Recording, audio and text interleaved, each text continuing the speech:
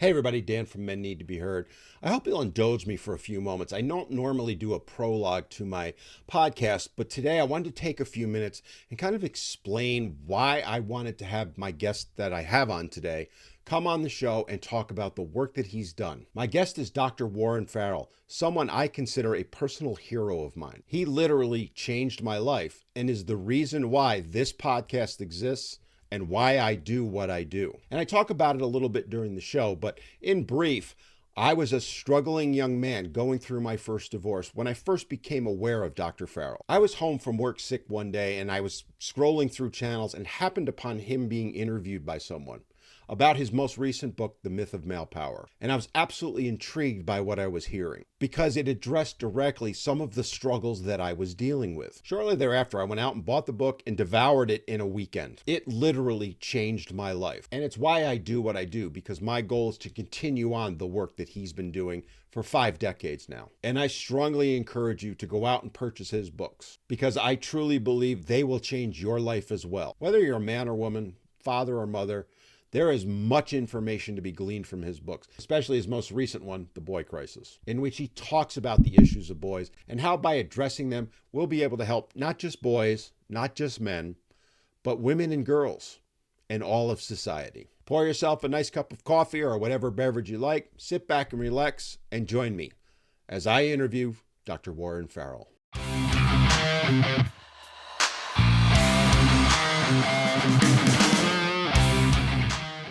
Hey everybody, welcome back to Men Need to Be Heard, and this is the show that I've been waiting to do since I started it. This whole podcast, this whole show. I've talked about this before. When I first started it, I made a list of people that I really wanted to have on the show because I consider them my heroes.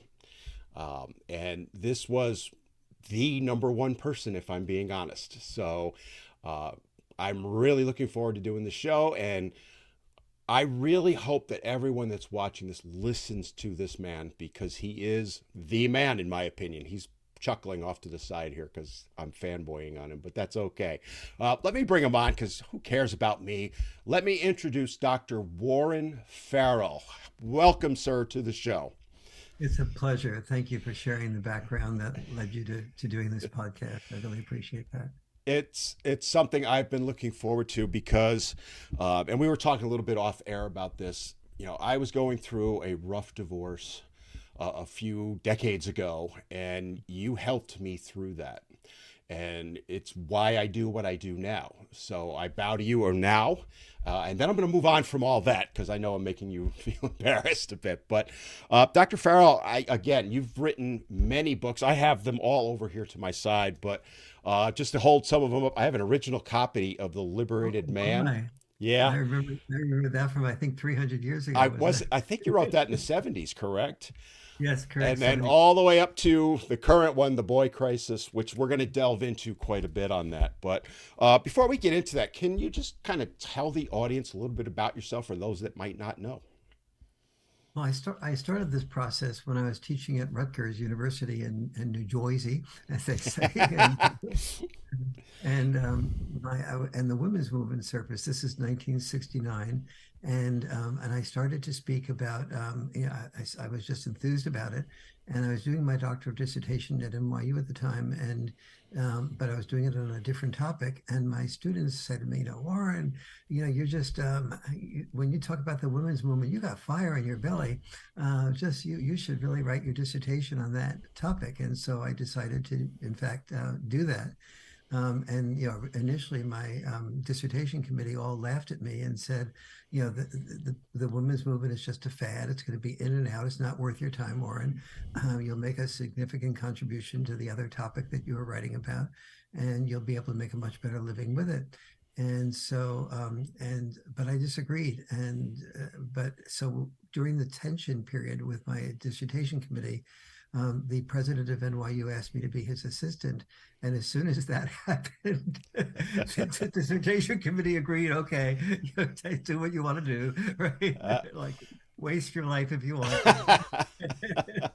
That must, I'm just curious. This was in the late 60s, right? So this In the is late 60s, just to right? kind of give perspective for the younger folks listening. This is before the women's movement really was a thing, so to speak, right? It was just at the very beginning stages, although it had been around for a while, but where it was really starting to get a push. So this is like out of left field, so to speak, correct? Yes, this is in its embryonic stages in terms of what they would call the third wave of the women's movement. But it was, and it was at the days for people that weren't that conscious of the world at that point. Meaning, if you were born before your life expectancy said you would be dead by now, you would be you're what the atmosphere was that half of the students at Rutgers University were saying the women's movement people they're just a bunch of dykes, and this is not the days when dykes was a positive word. They're both a bunch of lesbians and queers, and these are all pejorative words in the 1969. And so why are you, Warren, even associated with these man-hating bra burners type of thing? And so any grandparent or whatever that's been around, was around at that time, will affirm that this was the initial attitude toward the women's movement. And for me, it was like, my sister didn't have, feel that she had the social permission to sort of reach out and ask guys out. If she wanted to, it was all guys asking her out. Otherwise, she was seen as some type of, loose woman. That was not a positive statement in those days, and that didn't seem right to me. And the women in my class, in my high school class, who were really bright, were just being directed to be, guidance, to be teachers or secretaries or nurses, and very limited economic opportunities. And that didn't seem right to me. Or did it seem like it was good for the country, making good use of resources, and it wasn't giving women freedom and people freedom. And I also thought that I as a husband, I as a future husband, would be, potentially freer to be able to do what I really wanted to do, that wasn't being pressuring me into making so much money, if I had a wife that was also successful in her career. So from my perspective, it all seemed to make perfect sense. And so I came out very supportive of the women's movement, and decided to change my dissertation topic to looking at the politics of the women's movement. And that led to my joining the National Organization for Women in New York City. And they and I took a liking to each other, particularly after there was a point when the board of when now in New York City and most of the country was considering kicking out men who were joining now, because every month they had one consciousness raising group, was what they called it, meeting. And during those consciousness raising group meetings, the women were often feeling inhibited when men were sort of looking at them and critiquing them and solving their problems and so on. And so during the debate about whether to kick men out or not, the compromise was to ask me to, it basically said, let's see if Warren Farrell can form a men's group, and if he can, and the men's group gets the men out of the women's hair, so to speak, and isn't totally dysfunctional, maybe that would be a solution. So they asked me to try that. I agreed, and that led to my forming these men's groups that that really were that were very that they worked really well, and people joined them, like John Lennon, the well, who John Lennon is, and other people who were sort of very much into looking at these issues, and they were all almost all really helped by the process. However, at the beginning, I was using my sort of status as the most informed man on women's issues in the country to lecture the groups about, me, male feminist, no better than you. You came to male feminist group. You get lecture here. I can inform you, type of thing. And the group was sort of like, they would last the required amount of time. But then I started to, instead of lecturing, I started to listen. And that's when I began to hear men's stories, and how many men had glints in their eyes of wanting to become a musician, a doctor, I'm sorry, a musician, or an author, or somebody, an elementary school teacher or an actor or a writer. But when they had children, they gave up that glint in their eye because the starving artists didn't produce enough money to be able to um, get homes in good neighborhoods with good schools to be able to support their wife and children and give their Mhm. children opportunities that they didn't have for themselves. And so I started seeing the hurt and the pain that men were keeping to themselves until I really listened to them. And that's when, and once I started listening rather than lecturing, I couldn't get rid of them. You know, I'd have some of the men's groups over at my home, and my former wife was, very, cooperative and supportive. And but when it got to be 1 in the morning, that the men were still talking, once they felt listened to, she would say, "Could you possibly get them out a little sooner than that?" Right?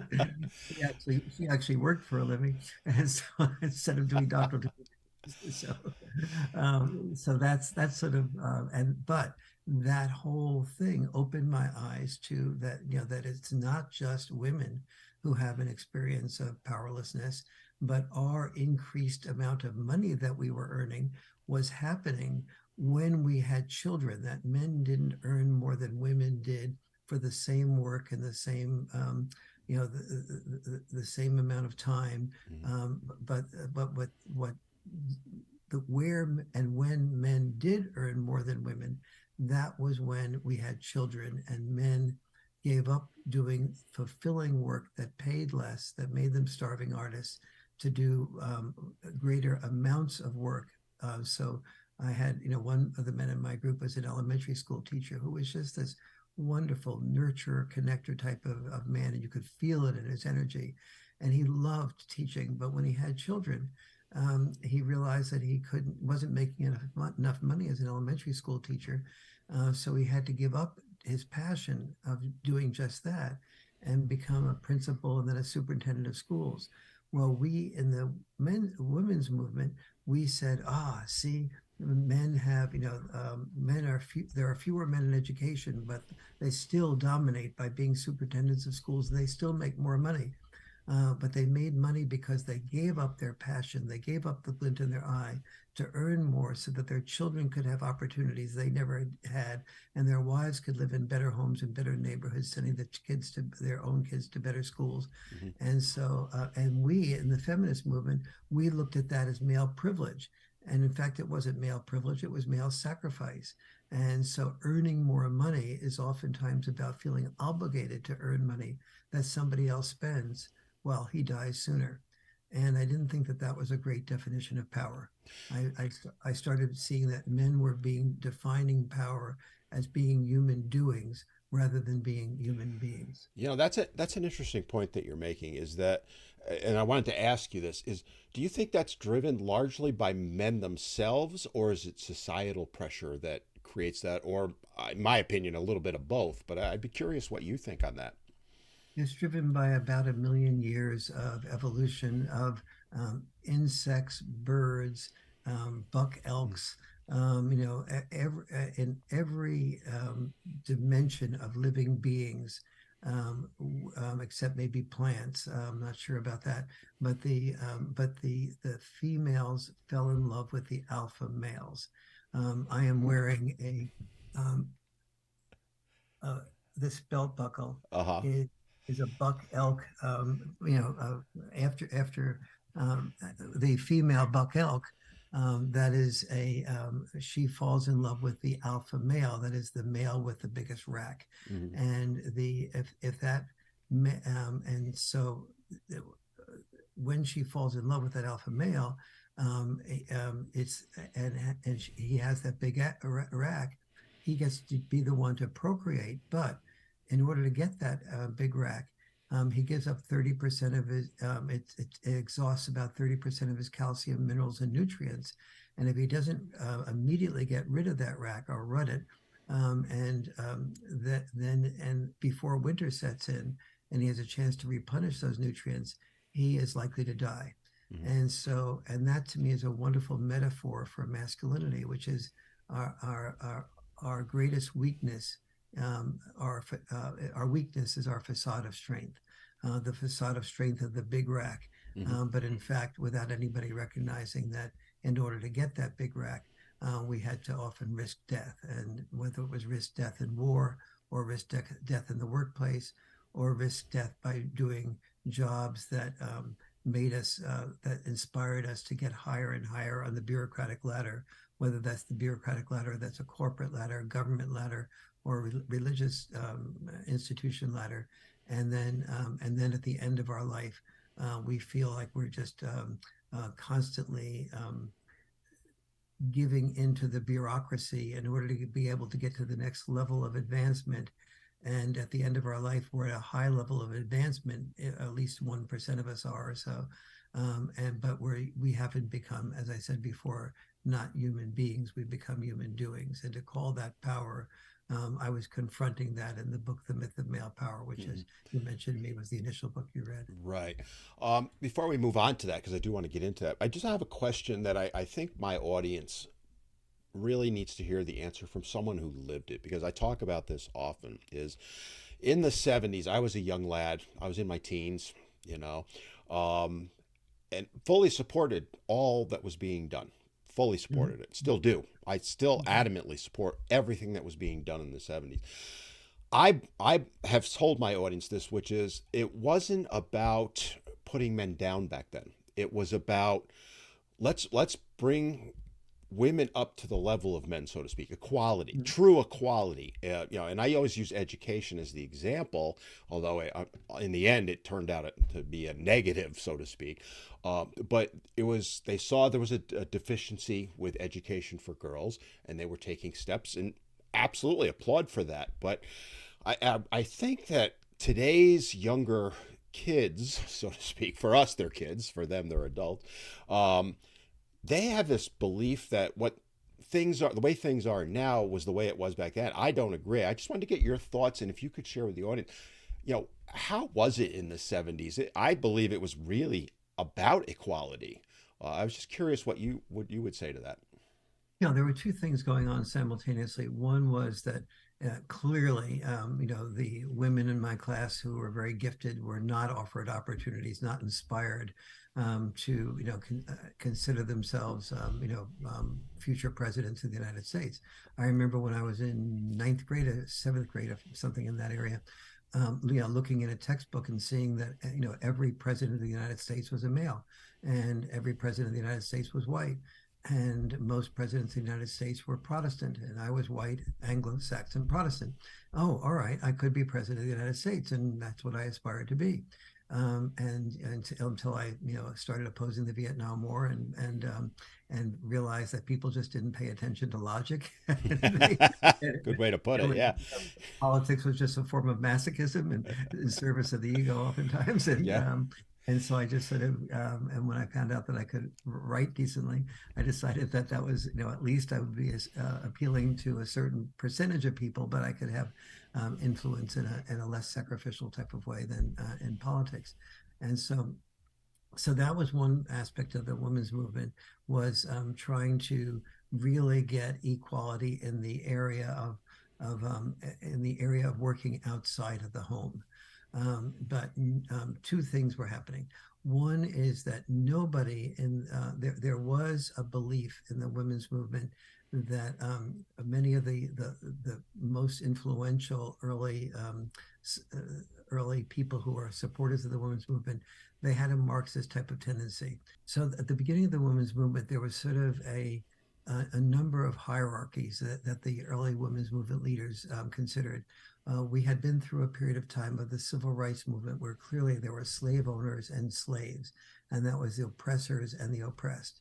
And then there was the there was a type of Marxist orientation in which there was the belief that there were the capitalists, or the people that earned money, were the oppressors, and then there were then there was the oppressed group. Mm. And so there was the belief that if you earned more money, you were an oppressor. You were part of that evolved into the word patriarchy.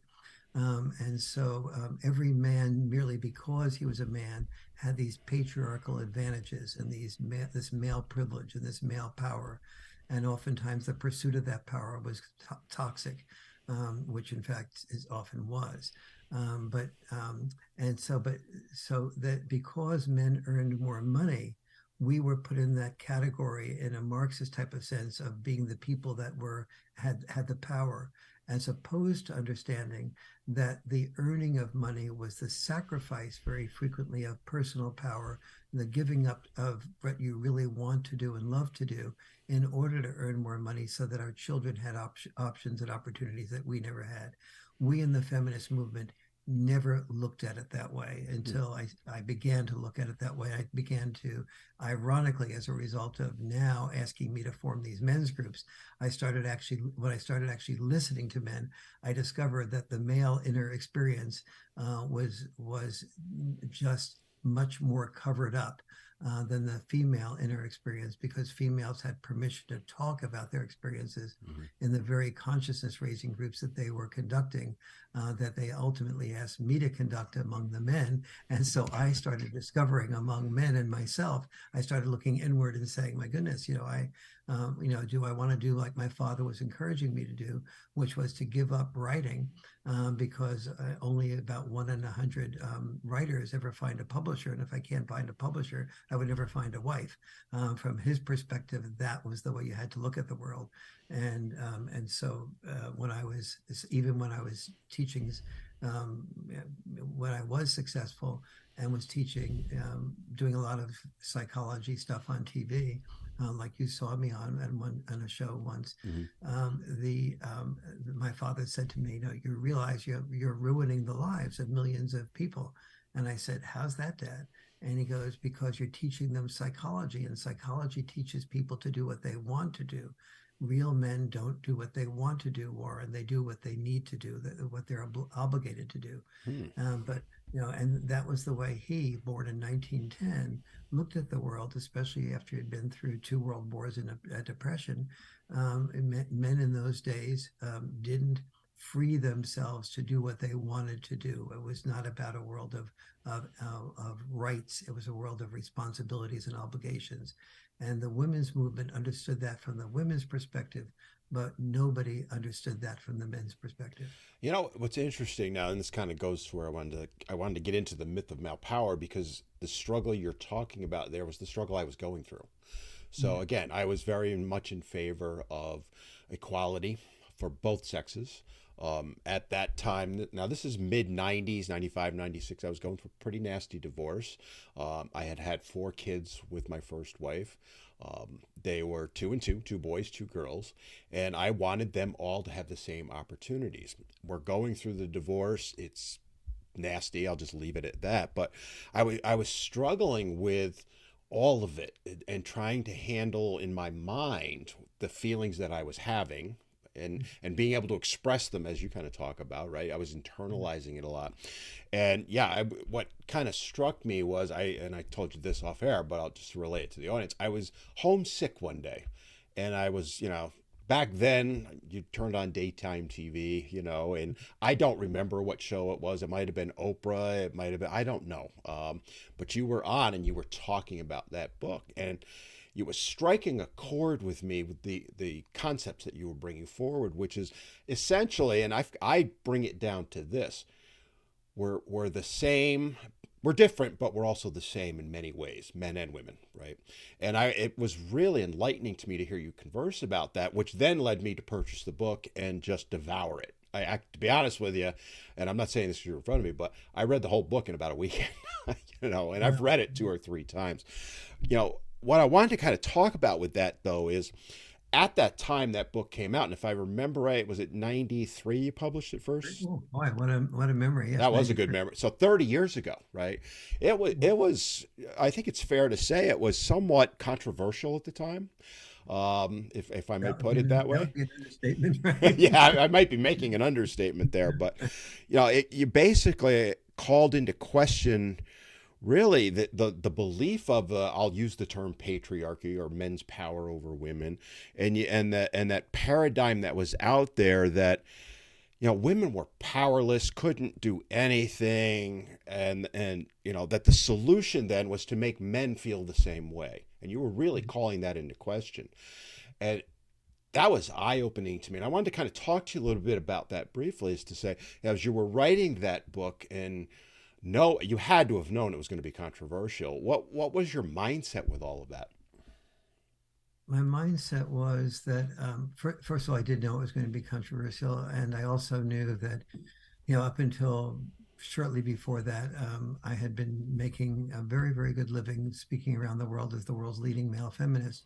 And that broke down when I wrote the book "Why Men Are the Way They Are," and I sort of looked at many, many things in that about the men's real life experience, and then with the myth of male power, I took that to another level. I took it to looking at the legal system and how women were much less likely to be arrested for the same crime and much less likely to have shorter sentences and much less and put in better prisons or jails and on and on and on. I just took everything in the system apart, and it took me many years to research and write and double check the accuracy of everything I was saying, because I knew that I would be shot down for anything that was inaccurate. And there were 3 or 4 inaccuracies that have been called to my attention, and since then. But out of a few thousand footnotes, it I was wasn't. going to say, out of how many pages? If you had three or four, you know, that's my masterful, pub, actually. my publisher is saying I'm going to be rewriting the book as called to be called "The Paradox of Male Power."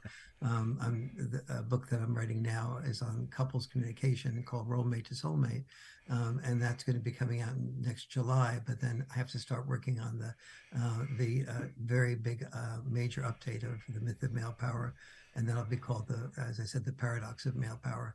And I like that paradox title better because it does acknowledge that that many women look at say a male boss and might be very fearful of speaking honestly to that male boss. And so from that perspective, that woman feels the reality of that power that more likely to be male boss has. And so, but at the same time, the process that I just described in the last 10 minutes or so, it makes it from a male perspective very different. And so that is, I will be updating that to make it clear that yes, there is a type of power that men have, and there's also a type of powerlessness that men have, Hmm. and we all see the power that men have very easily, and the great majority of people, including men themselves, their powerlessness is invisible. They've learned to not only not be heard, like your podcast title suggests, but not even be able to hear themselves. And that process is very important, especially given the title of your podcast, because what men learn is that there's that if we that women fall in love with alpha males, not whining males. Hmm. When a man complains or starts talking about how difficult he has it from the perspective of many women who are seeking the alpha male, that's not the alpha male they're seeking. His complaints feel like whining, which feels like a fingernail scratching on a chalkboard. Hmm. Um, but men are no better. A man, if I complain to another man, let's say I'm working at a bank or at any normal corporate institution, and I begin to complain about my wife or my situation, or not having done what I really wanted to do to be a great musician or write a great novel, be an actor. The my male colleague will listen to me for maybe a minute or two, and then begin to change the topic. And if I don't pick up on the movement to the change of topic, and I keep complaining, the next time an opportunity for promotion comes around, he's likely to say, he's really having some challenges at home. Looks like he might be on the verge of a divorce. He seems to be really down. We should promote Jim instead of Harry. Hmm. And so he not only whatever problems he has is reinforced by his sharing those problems. So men learn to not open up to their wives, to male colleagues, and that basically, and we can't blame women for this because women can't hear what men don't say, and we really can't blame men for this because men can't hear what nobody wants to, men can't say what nobody wants to hear Right. and what they're going to be demoted for if they speak up. So we just kept the feelings to ourselves and died sooner and repressed those feelings and didn't, and it wasn't therefore even functional for us to get in touch with those feelings because men are very bottom line. Actually, everybody's really very bottom line, and men know that if those feelings are going to lead to nowhere, but except to be demoted and except to be have less respect, why better not even to get in touch with them, not develop them in the same way that women might have had sexual feelings years ago and thought that, well, if they expressed those sexual feelings to women or to men, they would be looked down upon. The men would lose respect. The women would call them whores. And so why even get in touch with those feelings to begin with? Feelings on every level for men are very much in that category. Yeah, it's an interesting point because one of the takeaways that I had from the book was that at the time I was struggling with, I felt I had no control over my life. I had this, and this is, I think, central in the book, is that men in general feel that way. Again, I was going through a rough divorce. I'm a confident guy. In fact, some would say cocky in many ways. But at that time, as I was going through, my kids, I wasn't seeing my kids every day and all that. I felt powerless, and it for me, the struggle was coming to grips with just that feeling, right? Is why do I feel this way? It's not right that I feel this way. You're supposed to be, I'm 6'1" at the time. I weighed about 300 pounds. I was muscle. I'm supposed to be the tough guy, the alpha male, if you will, right? Yeah. And here I am, laying in bed for 2 days because I'm struggling to overcome everything that's come at me. And I remember reading the book and saying, geez, these feelings are okay, right? I need to come to grips with them. I didn't know how yet, but it kind of raised that awareness that, you know, I do have choices. I just have to learn how to make them, I guess is the way I would put it. I just want to get your thoughts on that. Yeah, absolutely. I mean, if you get to the place where you think you have choices, you're a step ahead of most men. The men in my men's groups, until they started all getting around and talking about that we all felt that we couldn't really do what was going to create the glint in our eyes. There were men in, especially I was in New York City at the time, and a lot of men in Manhattan were very artistic or oriented toward being actors or writers and many of them who were actors were, basically called by the same name, waiter. Uh, Yeah, still are in a lot of ways, right? still probably still are, and the writers were writing, they had a manuscript or two, but they couldn't sell it to anybody, and and so on, and so, but it was like the no one was able to piece all that together and say, we're all feeling like we have these desires to sort of follow our we have a passion that we can identify, but we sense that if we get married and have children, we're going to have to give up that passion. Mm. But then, even if we don't sense that, once we get married and have children, we learn we do have to give up that Right, passion. right. And so, being able to even put that all together, most of us just followed that path and faced each reality step by step in the same way that I supported the women's movement because women hadn't pieced that all together as they just learned that they had to sort of accept the fact that they were just going to be nurses or teachers, and which are wonderful things to do if that's what you want to do. And I think those are great occupations, but they don't open up to women all the possibilities that different female personalities might aspire to, and they didn't therefore even allow many women to even think about aspiring to those things because it was so clear that that was just not realistic.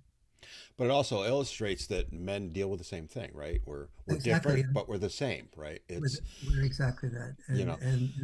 Go ahead. And that's what's happened in the last 30 years since I've written The Myth of Male Power, which is, I was, as I was getting into this, The first chapter of the new book will be called "What's New Since '92," and the book was published in '93, and my research had been finished by 1992. And so when I mentioned this to my wife over dinner, she said, "Well, what's new since '92? Everything and nothing." And that She's really right. summarized it pretty well. Yeah, that sums it up perfect. Because that was one of Yeah. the questions I was going to ask you. Is since writing that book, what has changed? And it's again, I think your wife illustrated it perfectly. Is there have been some changes, but there's also been no changes. Just to give us a little taste for what's to come. Maybe can you illustrate one or two things? Because now you got my curiosity up. Sure. Well, what's changed, unfortunately, is the women's movement has gone from opening attitudes and possibilities for millions and probably around the world billions of women who are doing things today through sports and through careers that they never would have thought of doing when I was growing up. And so that is, in my opinion, 100% laudable. I will always support that. On the other hand, one of the things that made me attracted to the women's movement was that they were empowering women. I Mm-hmm. wanted my sister and women that I love to be empowered. And so the woman I have been with for the last 30 years and married to for the last 22 years, that woman she owns her own company, has for the last 30 years, and she has a good income, and that income has freed me to be able to take risks of saying things and doing things like I'm doing now. So the empowerment part of the women's movement is terrific, and I'll always support that. But increasingly, the women's movement has honed victimhood as a fine art, and that increasingly saying that that that domestic violence, for example, is about men hitting women, when every single major study that's ever been done on domestic violence finds that domestic violence is an equal opportunity force, except when females and males are teenagers, and it's about 3 to 1 more likely that a woman will hit her boyfriend than the boyfriend will hit the woman. Mm-hmm. And so, and saying that women are earning only 78 cents or 80 cents to the dollar in relation to men, when in fact, a book I wrote called Why Men Earn More and What Women Can Do About It, controlled for 25 different variables, every single variable of which led women to have better, more balanced lives, but to earn less, and for men to have less balanced lives and more pressure on them, but to earn more as a result of that pressure they were willing to undertake. And that the pay gap was not about women versus men; it was about fathers versus mothers. That when men become fathers, they give up, as I said a couple of times, that thing that they want to do that earns less money, and they earn more money. And so, to look at that as a male privilege and male power is to completely misunderstand the pressure on men to earn more. And so the feminist movement has understood and articulated and acknowledged none of these dozens of things. And we still have things like the White House Gender Policy Council, Mm-hmm. which would seem to be a wonderful thing that would support both sexes being free from their old restrictive roles to more flexible roles. But in fact, the White House Gender Policy Council under President Biden has explicitly excluded men, boys, and fathers from being included. In other words, it's completely about women and girls' needs and issues. And so, even in a world in which women have far more opportunities now than men do, psychologically and in many areas, it's a lot easier for a woman to go into a STEM profession than it is for a man to go into the healing professions. There's literally trillions of dollars worth of scholarships and incentives and advertising and publicity that have been spent getting women to be into STEM professions.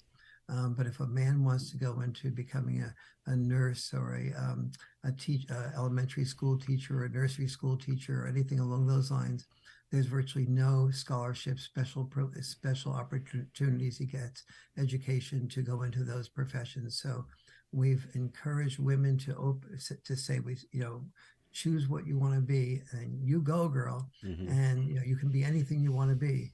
But we don't say to men, here are trillions of dollars of U.S. federal money and private money and foundation money spent to encourage you to get into a whole series of professions that you are well underrepresented in, such as the healthcare professions and teaching professions, all of which could benefit enormously by men, and the healthcare professions of which will be growing much faster than many male professions. Yeah, it's. I'm sure my listeners are all going, "Where have I heard this before?" Because I had these whole conversations with. I did a series of videos on things like STEM versus heal, and all of Mm-hmm. that, and talked about that. In fact, I've actually in the process of. I've reached out to my local school board to talk Mm-hmm. about just that issue, and I'm getting a lot of pushback. Let's just put it Yeah. that way, because I've said to them, "Look, you have programs available to promote STEM to the girls. That's awesome. Don't want to Mm-hmm. take any of that away. But what do you have for the boys?" And they came back with, well, STEM's for boys. I'm like, it is, but on the surface it is, but when you dig in, it's really not. And then we got into that other thing. But it kind of goes to where I wanted to kind of go next with this, which is, you talked about how things have changed but stayed the same. One of the concepts of the book that in the myth of male power, and then I want to kind of use this to move forward into the boy crisis, which I think is seminal work. But you talked about the disposability of men and boys in that book, and that was something else that really struck home with me because I didn't really get it. I think at that point, I was in my early 30s, 31, 32, 33. And, I guess I kind of knew, the draft being an example of that. Men go to war, women stay home. But I was also of the ones, Rosie the Riveter was awesome, right? So I was Mm-hmm. struggling Yeah. with all that. But when I was reading the book, I remember sitting there going, we are disposable. And to kind of dovetail that into now, I don't think that's really changed that much. If anything, I'd argue maybe it's worse because I don't know how much time you spend on social media, but you see online constantly just men don't matter, men don't, they contribute nothing and all that. They become disposable. Yes. Do you think it's worse now than when you wrote The Myth of Male Power? Do you think it's the same? Has it changed at all? The answer is to whether it's worse. The answer is yes, yes, and yes. It is really much, much worse. Men have historically been disposable in war and in all the hazardous professions. 93% of the hazardous professions, 93% of the people killed at work are males. The hazardous professions are all very 90 to 97% male professions. The difference is that women do have the opportunities to enter those professions. They just don't have the expectation, or they don't think of themselves as, I'm going to make my living now by cleaning sewers or by being doing something that is highly likely to kill me, and so or being a volunteer firefighter.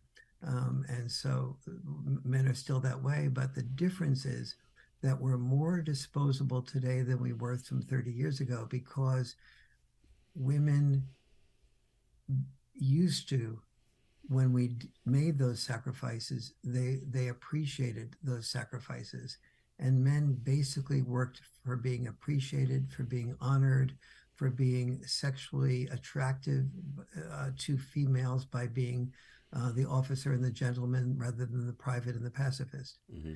And so and today, the males who are successful are put down as being part of the patriarchy and having male power and male privilege and usually oftentimes in order to become successful, having a certain amount of male toxicity.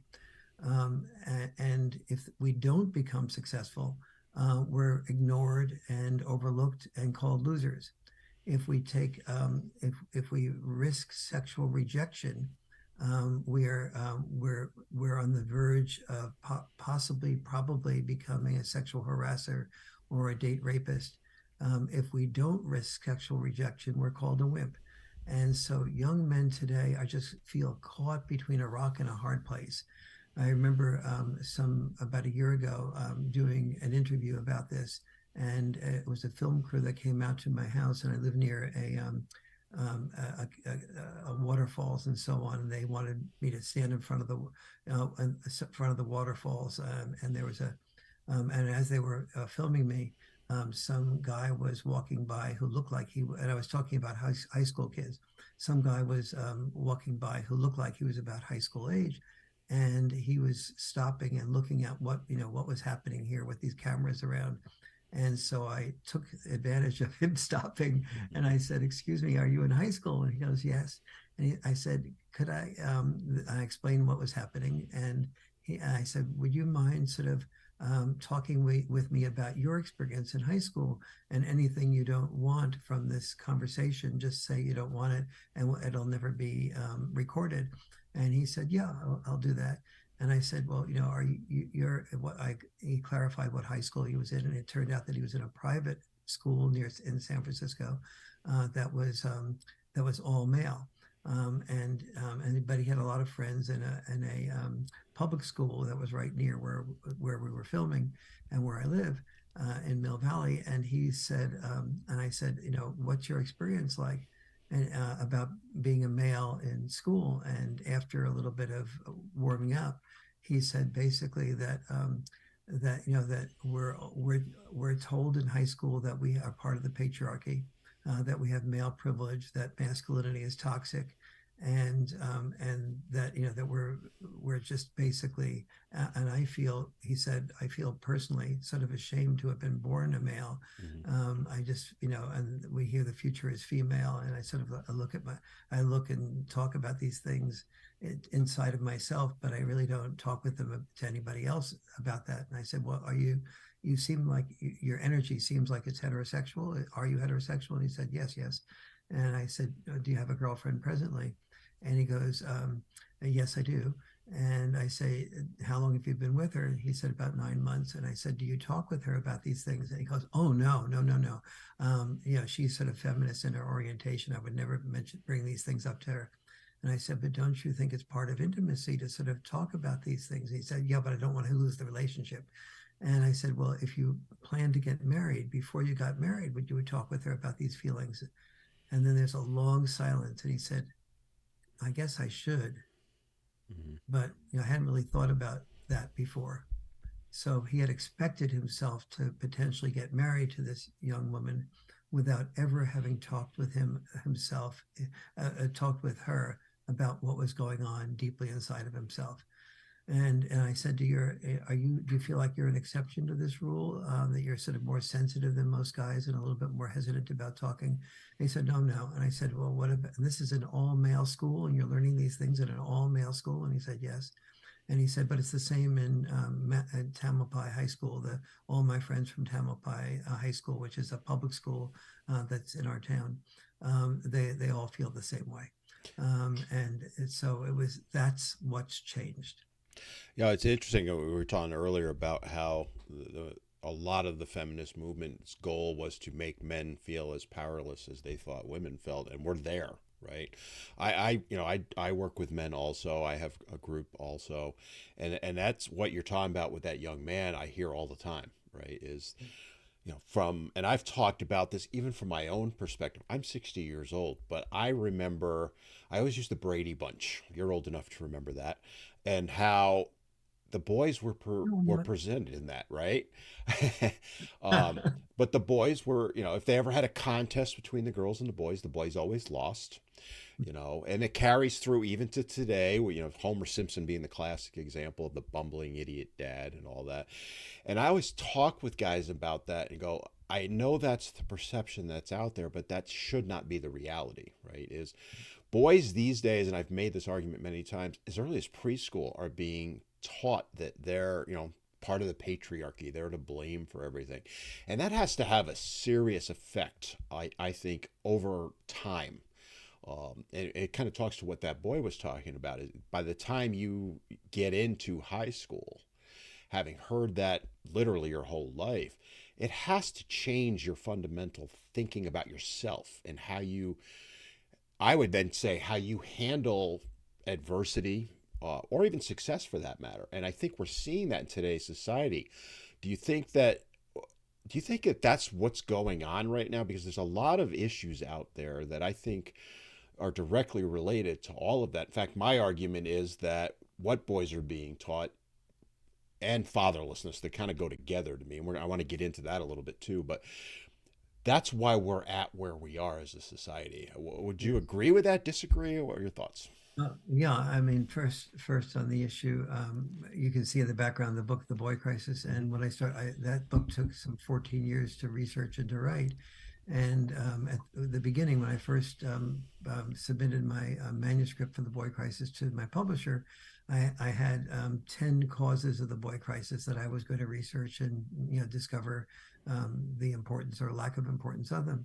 But as I did that, I found that there were 10 significant contributors to the boy crisis, but by far and away, the boy crisis I found resides where dads do not reside. Mm-hmm. That in more than about 60 to 70 measurements of um, growing up effectively, when boys have fathers involved and participating in their growth, and they are not what I call dad deprived, they are likely to do better on every single academic subject, especially in reading and writing, which are the two biggest predictors of success or failure academically. They're much more likely to do better with postponed gratification, which is the biggest predictor of success non-academically in life in general overall.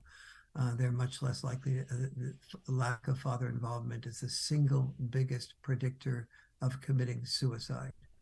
Mm-hmm. The biggest predictor of taking drugs, being addicted to anything from alcohol to drugs to video games to pornography. It's the biggest predictor of dropping out of high school. And people who drop out of high school, more than 20% are likely to be unemployed in their 20s. And if you're unemployed in your 20s, there's very, very few, if any, women that are interested in having children with you, and raising a child when you are just one more mouth to feed, as women put it. And so it's so many. So just and so then I started looking at, well, what about other things that I had identified as lack of male teachers in elementary school? And so what I found was that if a male is brought up with a significant amount of father involvement and a significant amount of mother involvement, and he goes to a grammar school or elementary school in which there are few or no male teachers, it has a little bit of an impact when you control for one that has some male teachers, but it's not a very significant impact. Whereas if he's brought up in a mother only home and he goes from a mother only home to an all female school, he has no constructive male role model to work with. And so he is much more vulnerable to being seduced by a gang which says, you can have a family here with us.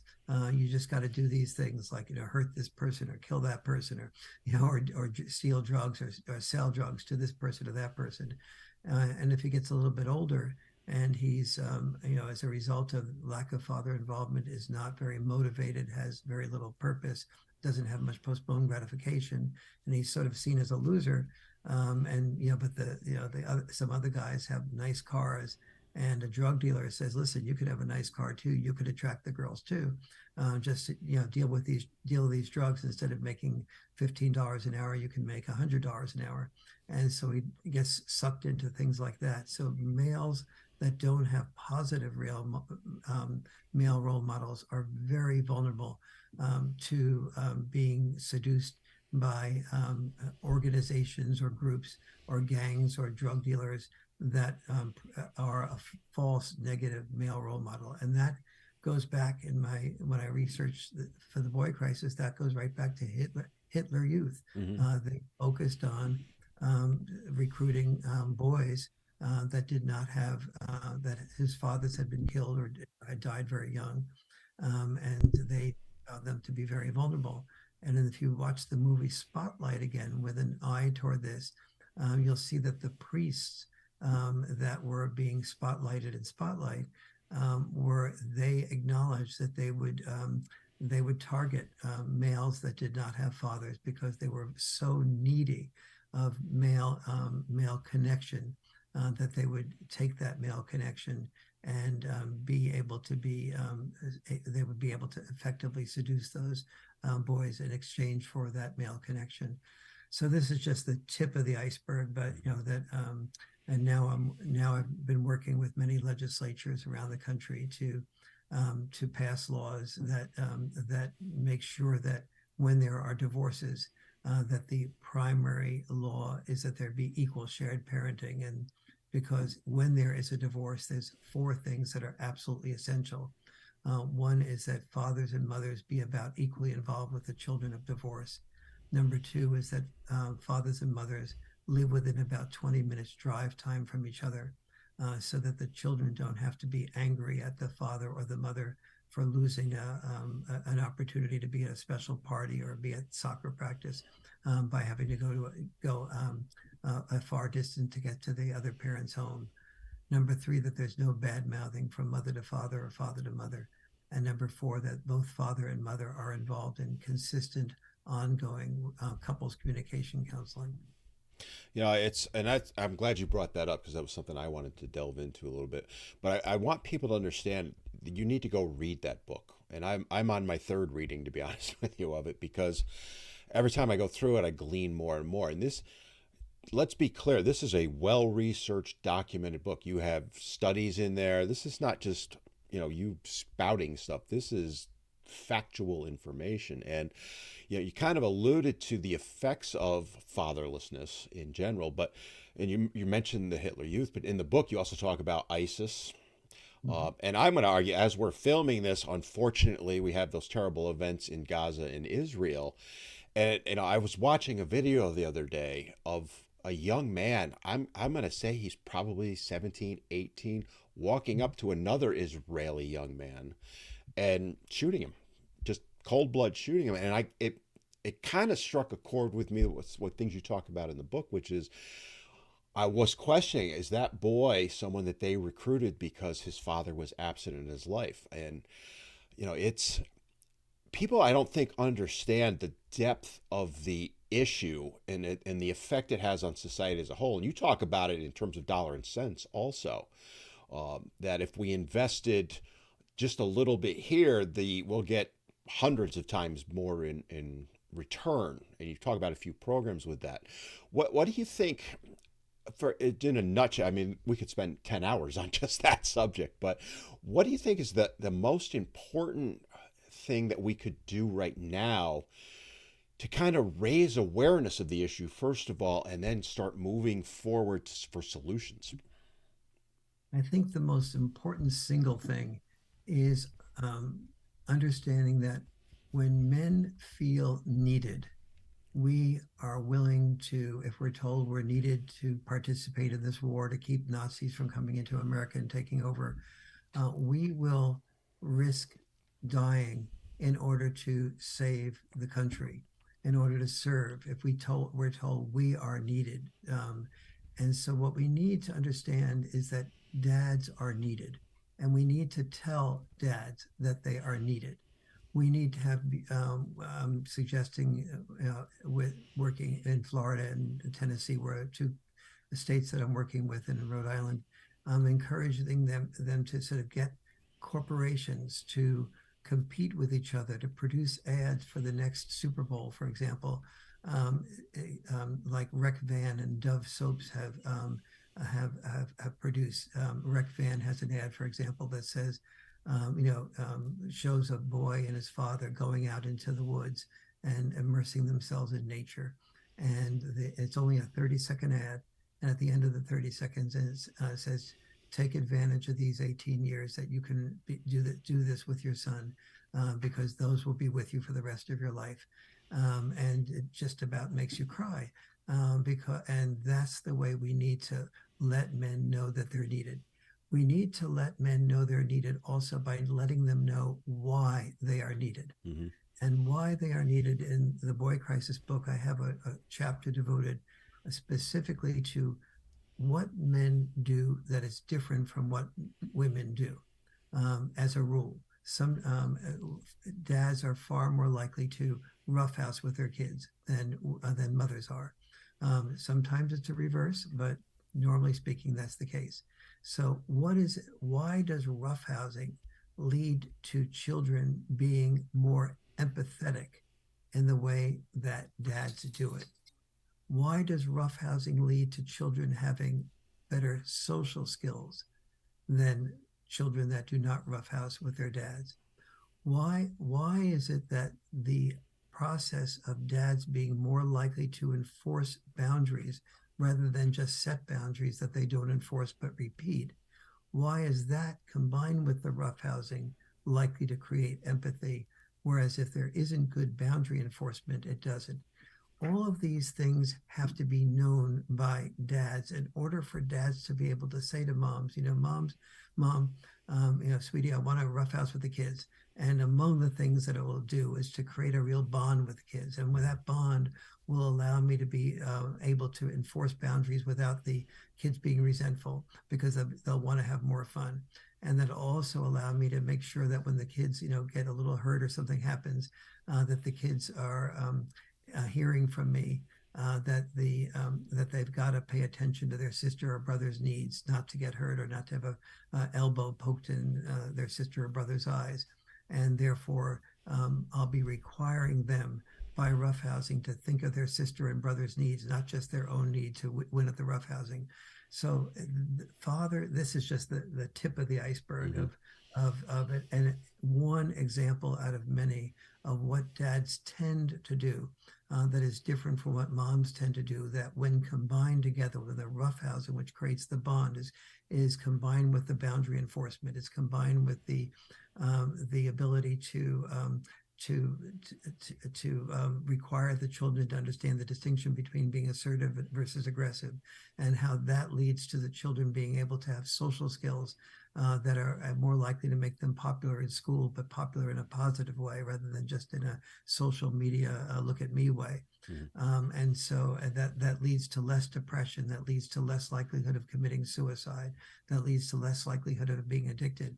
So all these connections have to be understood. And dads, do not expect moms to hear this or understand this without you talking about it. And remember, women can't hear what men don't say. And so we can't blame moms because moms aren't being told this by dads, and I don't blame dads because the reason I wrote the Boy Crisis book was because I wasn't able to find this information in other books on raising children or in magazines that were focused on parenting. And so I don't blame dads for not being able to know what they don't read either. But I do blame dads for not when they don't take an interest in really studying and understanding about how they are needed, and then lovingly share that with their wives so their wives know that roughhousing isn't just one more child the mom has to monitor, but has behind it, whether it's conscious or not, a whole series of child development advantages that happen without that. And again, this roughhousing is just one of seven major distinctions between dad style parenting and mom style parenting. Yeah, it's interesting because you talked about in the book, and it was something that struck home with me. You talked about all of what you were just saying, but you were also talking a little bit about how dads tease, and it was funny because one of the big points of contention between my second wife and mine was that I tease the boys. I tease the girls too, but different levels, right? It was done differently, I guess is the way I'll put it. And she could not understand that. And I would say to her, and again, I wasn't good at articulating it. I will freely admit that. I wish I knew now, having read your book, what I knew, or knew then what I know now. But it was trying to get her to understand that it's not meant to be mean. It is, and I didn't even understand it. It's to educate. Someone might put it toughen up a little bit because you talk about bullying and all that. It was interesting because she wouldn't understand. Like I would play basketball with my older son, and I wouldn't let him beat me. And she's like, "Why don't you let him win once in a while?" No, he's gonna have to beat me. And when he does, then we'll celebrate it. And it wasn't until he was about 14, 15. I beat him, beat him, beat him.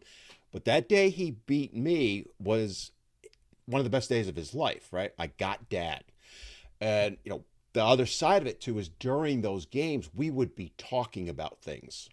And Mm-hmm. that's another thing that I don't think women, and I'm not trying to disparage them in any way, or mothers understand, is that's part of the bond of fathers and sons. And to a certain extent, I would agree or argue daughters also, but specifically to boys, it's how we communicate with each other. And I always relate it to men talk better shoulder to shoulder, not face to face, right? If we're doing an activity, like when I do my groups, sometimes I try and get activities going because men will open up more. So that teasing is part of that bond and then getting them to open up. And you talk about that in the book as well as it's a method of communication really, but Yes. women struggle with we not that we ever really fought over it, but I remember my wife go, "What are you doing? Why are you doing it? I don't get it." She couldn't fathom it, and I freely admit I wasn't expressing it right. But No, how do we get the women to understand that? well, first of all, it really has to be articulated. I mean, almost no man understand. We almost all, as fathers, do tease more our sons than our daughters, but usually both. And then they break down and cry. And mother is sort of like beside herself, like, do you not realize that what you just did is make Jimmy or Jane cry? And aren't you sensitive to that? And why would you even think of it as being a positive thing that you would do as a parent to make our daughter or son cry? We're supposed to protect them Mm-hmm. from bullies and from this type of thing rather than expose them to that. And it sort of like leaves mothers legitimately inside their what they know, sort of like worried about, especially if there's a divorce, about leaving the child too often with the father because this is the outcome of insensitivity to that. And so I don't blame fathers because there's, I hope I explained carefully in the Boy Crisis book that there's just we don't have, no one has explained to us what happens in the teasing process.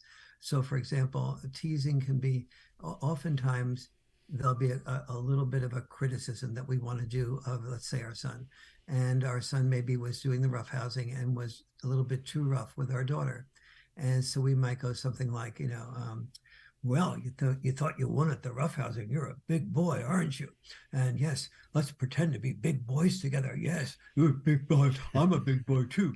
I could beat you up just like you beat up your sister. Yes, that really makes me big and strong. And the boy is half laughing and half picking up the criticism about, you really sort of overdid it as, just bullying your sister. And so what we're doing is we're creating a fruit smoothie with wheatgrass in it. The wheatgrass is the criticism of, did you really need to be this bully and take advantage of your sister? But the fruit smoothie is the teasing and the playfulness and the exaggeration that allows the boy or the girl being teased to sort of laugh at himself or herself as well as laugh with me. And there's a bond that's being created. And so that fruit smoothie with the wheatgrass goes down more easily with the fruit smoothie of the teasing, incorporating the exaggeration, the fun, and dad not being really angry at you directly, but sort of getting a point across without that. And there's so many manifestations of teasing that are like this that dads don't explain because there just hasn't been the words to articulate it. And I had to really, when I was writing the Boy Crisis book, I had to work through that section many times to be able to explain it in a way that is exactly how many dads see it, but has never been sort of articulated before. And once moms understand at least what the best intent is, then they know that, yeah, that teasing can go too far, and a mom's involvement in the process can be useful. Like what your wife said to you about letting Jimmy or your son win once or twice here and there, that might be, that might be a valid discussion. Your son winning once, one out of every 5 or 6 times, making it a little bit easier, or consciously handicapping your son, but letting your son know he has a handicap, and so that the handicap being a slight stretch, that all might be part of checks and balance parenting between mom and dad. Whereas you're listening to her say, okay, what about this type of compromise where he's still having to stretch, but he's not being defeated every time? And you going, well, I really, my purpose was this, but I can see the value of that as well. And then you start making a compromise, and that's what where you get the best of what mom has to offer and the best of what you have to offer, and both of you are articulating to each other what you each have to offer. And that's what I call checks and balance parenting, that I talk a lot about in the Boy Crisis book. All right, so I have one final question before you go, because I know you have to go. I want to read a quote from the book, which I think is the most important takeaway that I had from the book, and it's a direct quote.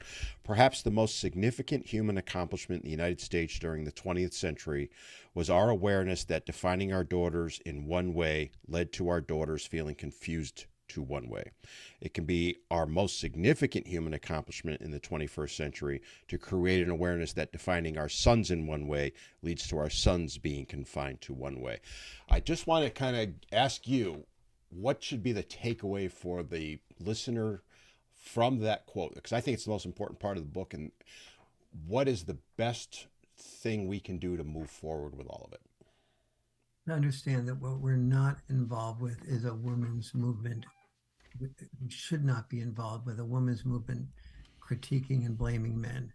And we shouldn't create a men's movement critiquing and blaming women. We should be creating a gender liberation movement, freeing both sexes from the rigid roles of the past toward more flexible roles for our future. We have to understand that we're all in the same family boat. When only one sex wins, both sexes lose.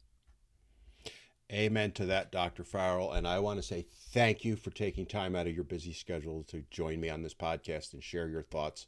Um, I truly appreciate everything you've done over the last 50 odd years. And I hope that I can honor you by carrying that forward. It's why I do what I do. And I'm sure a lot of the listeners to this are going, wait, Dan says the same thing Dr. Farrell's saying. I do parrot you. I freely admit that. So I hope that honors you in some way. Any final closing thought you want to add, and then we'll just wrap it up. First of all, that completely honors me, and I feel very.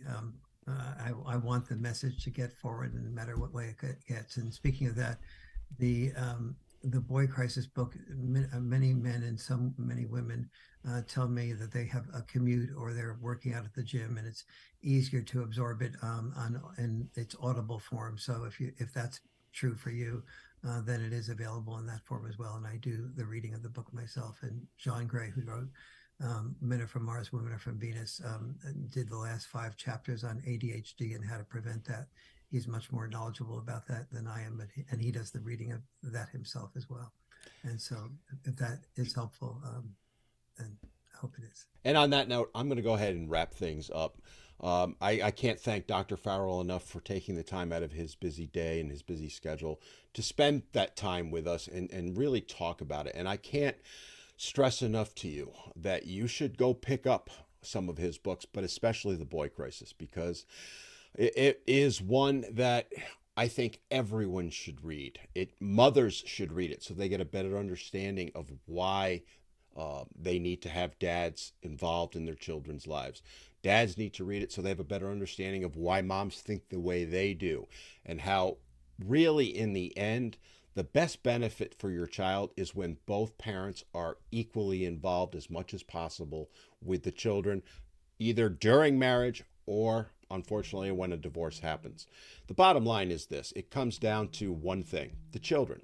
And the more we can do to make things better for them, and the more we can do, especially for boys right now, because the boys are in crisis. And if you go read that book, Dr. Farrell spells it out in detail. The more we can do, it helps everyone. If we help boys, we're helping women, girls just as much, and society as a whole. If you've watched this far, please give me that like and be sure to subscribe. to the channel. I do a podcast that comes out every Sunday at 11. If you want to ever interact with me, I do live shows on Wednesdays from 4 to 5:30 p.m. Eastern. It's on YouTube, TikTok, and Instagram. You can interact with me, ask me questions. Sometimes we have a topic that we're talking about. Other times we are just opening things up and chatting about things. And I would love to have you join. One of the things that I really enjoy is getting that feedback from people and having them tell me what they want to learn more about. And that's why I reached out to Dr. Farrell. Even though he's a personal hero of mine, somebody else had mentioned him to me. And I said, you know what? I'm going to reach out to him. And thank God I did, right? All right. On that note, I hope you have an awesome week. And I'll see you next time on Men Need to Be Heard.